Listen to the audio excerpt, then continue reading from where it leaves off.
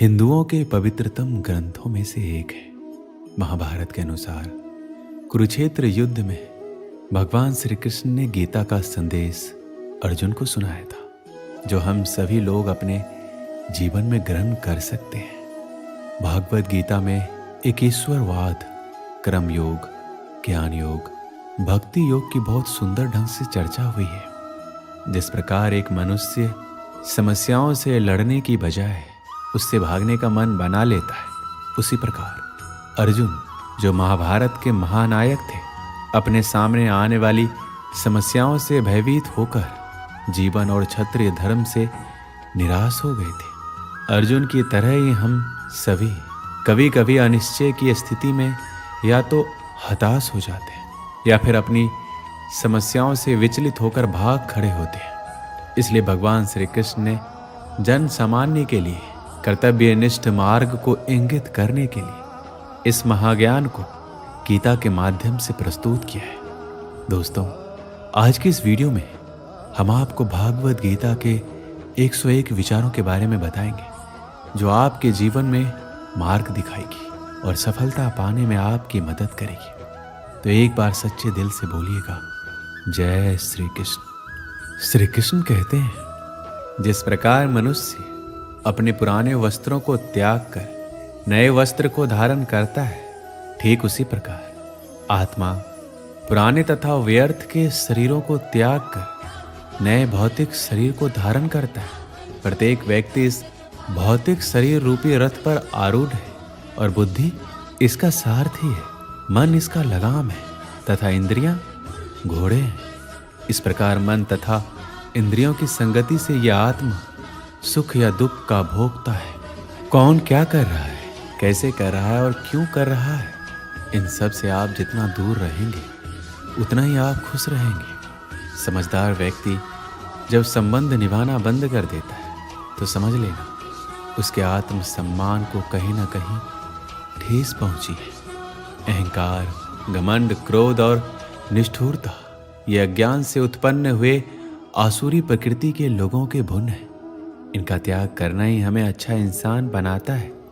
मोह उसी का करो जिस पर आपका अधिकार है। जिस पर आपका अधिकार ही नहीं है उसका मोह नहीं करना चाहिए। विषय वस्तुओं के बारे में सोचते रहने से मनुष्य को उनसे आसक्ति हो जाती है। इससे उनमें कामना यानी इच्छा पैदा होती है और कामनाओं में विघ्न आने से क्रोध की उत्पत्ति होती है। जितना हो सके खामोश रहना ही अच्छा है, क्योंकि सबसे ज्यादा गुनाह इंसान से उसकी जुबान ही करवाती है। श्री कृष्ण कहते हैं, जो इंसान हमेशा मेरा स्मरण या एक चित्त मन से मेरा पूजन करते हैं, मैं व्यक्तिगत रूप से उनके कल्याण का उत्तरदायित्व लेता हूँ। जो लोग भक्ति में श्रद्धा नहीं रखते वो मुझे प्राप्त नहीं कर पाते, अतः वो इस भौतिक जगत में जन्म मृत्यु के मार्ग पर वापस आते रहते हैं। मौन सबसे अच्छा उत्तर है किसी ऐसे व्यक्ति के लिए जो आपके शब्दों को महत्व नहीं देता है। किसी काम की चिंता करना ठीक है, परंतु चिंता इतनी भी नहीं होनी चाहिए कि वह काम ही बिगड़ जाए। अच्छी नीयत से किया गया काम कभी व्यर्थ नहीं जाता और उसका फल आपको जरूर मिलता है। यदि आप अपनी गलतियों से कुछ सीखते हो तो गलतियां सीढ़ियां हैं, और नहीं सीखते तो गलतियां सागर है। निर्णय आपका है, चढ़ना है या डूबना है। समस्या इतनी ताकतवर नहीं होती जितना कि हम उन्हें मान लेते हैं। कभी सुना है कि अंधेरे ने सुबह को होने ही नहीं दिया। श्री कृष्ण कहते हैं, गलतियां ढूंढना गलत नहीं है, बस शुरुआत खुद से होनी चाहिए। जरूरी नहीं है हर बार आपके शब्दों को सही समझा जाए, इसलिए कभी कभी चुप रहना ही ज्यादा बेहतर होता है। जो जितना अधिक शांत होता है वो उतनी ही गहराई से अपनी बुद्धि का प्रयोग कर सकता है। निंदा से घबराकर अपने लक्ष्य को कभी ना छोड़े, क्योंकि लक्ष्य मिलते ही निंदा करने वालों की राय बदल जाती है।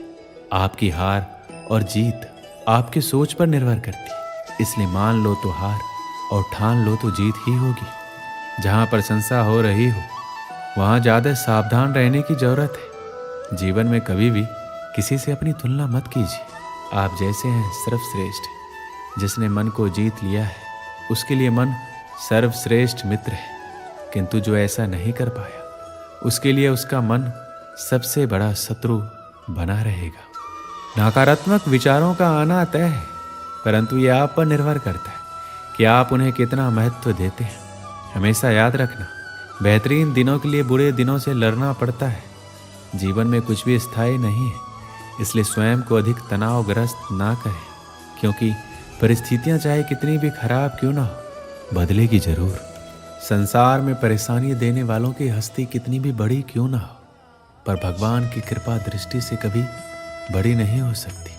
प्रेरणा का सबसे बड़ा स्रोत आपके अपने विचार है, इसीलिए बड़ा सोचें और खुद को जीतने के लिए हमेशा प्रेरित करें।